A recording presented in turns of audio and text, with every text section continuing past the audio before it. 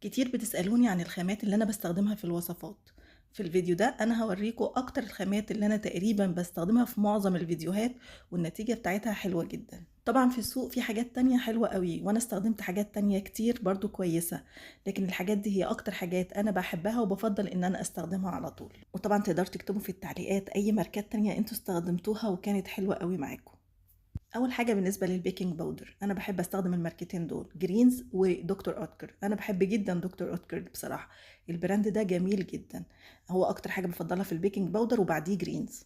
بالنسبه بقى للفانيليا، اكتر حاجه بحبها هي جرينز. بحب قوي الاكياس بتاعه جرينز بتاعه الفانيليا دي، نكهتها قويه كده ومركزه وجميله، والكيس الواحد كانه معلقه صغيره، فحلوه قوي. وبعد جرينز انا بحب كمان الفانيليا بتاع الدكتور اوتكر. هي مش عندي، بس انا بس بوريكم الكيس، هو نفس شكل الكيس بتاع البيكنج باودر، لكن الفانيليا بالبرتقال هي بصراحة بتاع دريم، لذيذة جدا ولا يعلى عليها، نكهتها قوية وبتدي طعم ونكهة حلوة قوي.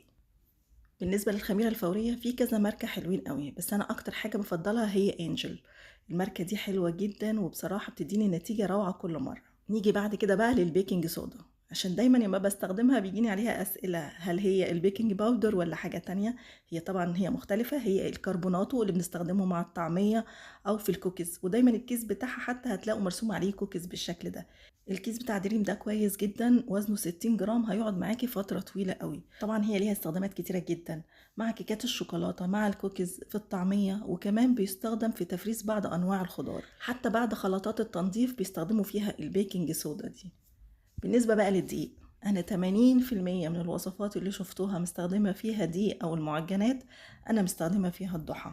أنا استخدمته في كيكات، استخدمته في معجنات، واستخدمته حتى في البسكوتات، كان كويس جدا معايا. واستخدمت كمان ريحانة وكان كويس جدا، بس يمكن الضحى متوفر أكتر، يعني بلاقيه بسهولة أكتر، فعشان كده أنا دايما بشتري الضحى. نيجي بقى لدقيق البسبوسة. اكتر نوع بيظبط معايا البسبوسة هو سنبلة الفرات.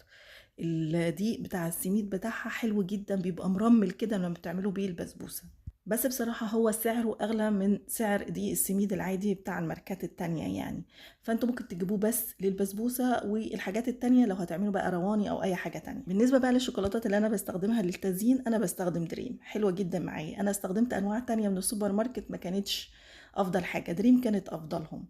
بس طبعا لو انتي عاملة مشروع، يفضل بقى تجيبي الحاجات الكبيرة، البلوكات الكبيرة من محلات مستلزمات الحلويات اللي هي بتبقى 2 كيلو و2 كيلو ونص. بالنسبة بقى للكاكاو الخام، أنا حاليا بستخدم دريم، هو أفضل حاجة دلوقتي، أو يعني أفضل حاجة أنا استخدمتها لغاية دلوقتي. في طبعا عند محلات مستلزمات الحلويات الكاكاو الخام الأسباني، بس مش كلهم بيبقوا بنفس الجودة، يعني لازم تكوني مجربة المكان وضمناه كويس جدا عشان تبقى حاجة فعلا جودتها كويسة. وطبعا في السوبر ماركت في انواع تانية حلوة جدا، انا كنت بستخدمها بس خلاص ما بقيتش اجيبها لانها بقت غالية جدا، زي هيرشز وفي نوع تاني كده لانهم مستوردين. اخر حاجة بقى حابة اتكلم فيها هو ازاي احنا بنعاير المقادير.